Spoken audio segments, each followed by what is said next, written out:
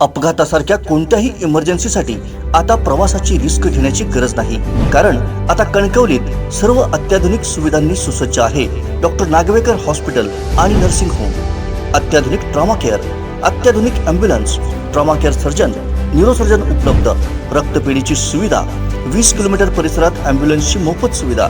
Doctor Nagwekar hospital आणि nursing home 24/7 emergency service. Mobile 9852 108 108 आणि 8803 108 108।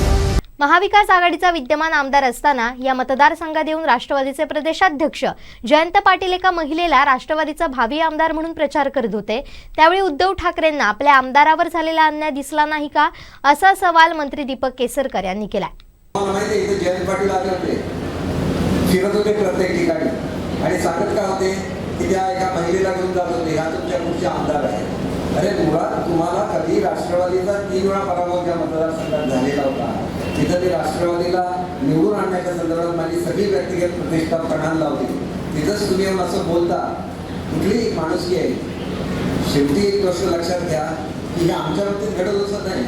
प्रत्येक मतदारसंघामध्ये राष्ट्रवादीचा जो पराभूत उमेदवार होता त्याला जयंत पाटील साहेब घेऊन जात होते आणि तिथल्या लोकांना सांगत होते की आता आमचं राष्ट्रवादीचं राज्य आलेलं आहे, तुमचा पुढचा उमेदवार हा तो राष्ट्रवादीचा असेल। म्हणजे इथं कुठे उद्धव साहेबांना वाटलं नाही की माझ्या शिवसेनेचा पक्ष टिकला पाहिजे, माझा आमदार उद्या निवडून आला पाहिजे, हे काही नाही वाटलं। आमचे दिवसभरातले सर्व अपडेट्स, ताज्या घडामोडी आणि थेट लाईव्ह पाहण्यासाठी सबस्क्राईब करा, लाईक करा कोकणचं नंबर 1 महा चॅनल कोकण 7 लाईव्हचं YouTube चॅनल।